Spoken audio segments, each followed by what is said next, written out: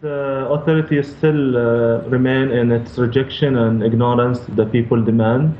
We're talking about people demanding to be the source of power, means that they need to be an elected government, a fully authorized elected parliament with full real authorities, and inclusive security and independent judicial authority. Now the king is talking about cosmetic changes to the constitution that can be even done outside the constitution and the bylaw and other laws without even touching. The theme here in Bahrain, the authority is using big words like national consensus dialogue, using constitution and reform, using reform project. But when you look at it, it's zero effect on the ground because the mentality. Let me ask you this, Mr. Al Marzooq. What specifically do you want to hear the king say that you haven't heard? What do you want to happen? It's a universal right to every single citizen in a country to have a voice in his government. We don't have this voice. We have to have representative governments, means that the people choose the cabinet, the prime minister and the ministers, and the programs supposed to meet the people demand, not the royal family demand. When we talk about legislative authority, we need to have a fully authorized legislative authority. These are the things that we need the king to say. But isn't this the start of the process of that actually happening? Isn't this just the beginning? It is the proverbial step in the right direction.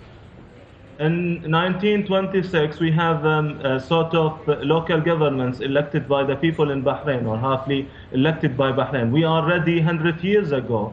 And if the authorities are not ready for democracy, it's not the cause of the Bahraini people to wait for these people to educate themselves on the practice, as the king said, on the practice of democracy. We are a nation very well educated, and we have aspiration, and these are universal rights that are supposed to be available to every citizen, and we are not going to wait for the king and his family just to be educated in democracy. Can I just ask you very, very briefly, I'm sorry to interrupt there, but just ask you very briefly about the al-Wefaq party who you represent in this last question, because you, of course, have pulled out of Parliament. You don't sit in Parliament anymore. Isn't it about time that you went back into the process there, into the parliamentary process, and there you could make your voice heard rather from the sidelines?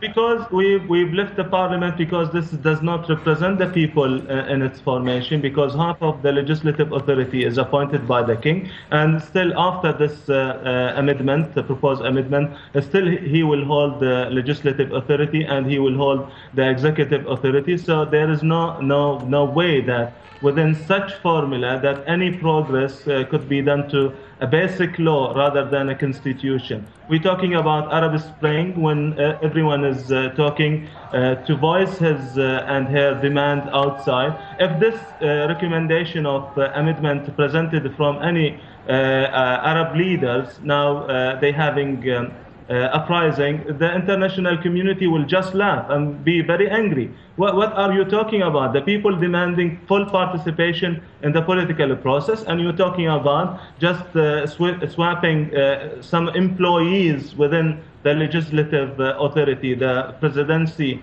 of the National Assembly should be within the employed Shura Council Speaker, or the employed but in indirect way, the Representative Council Speaker. Okay.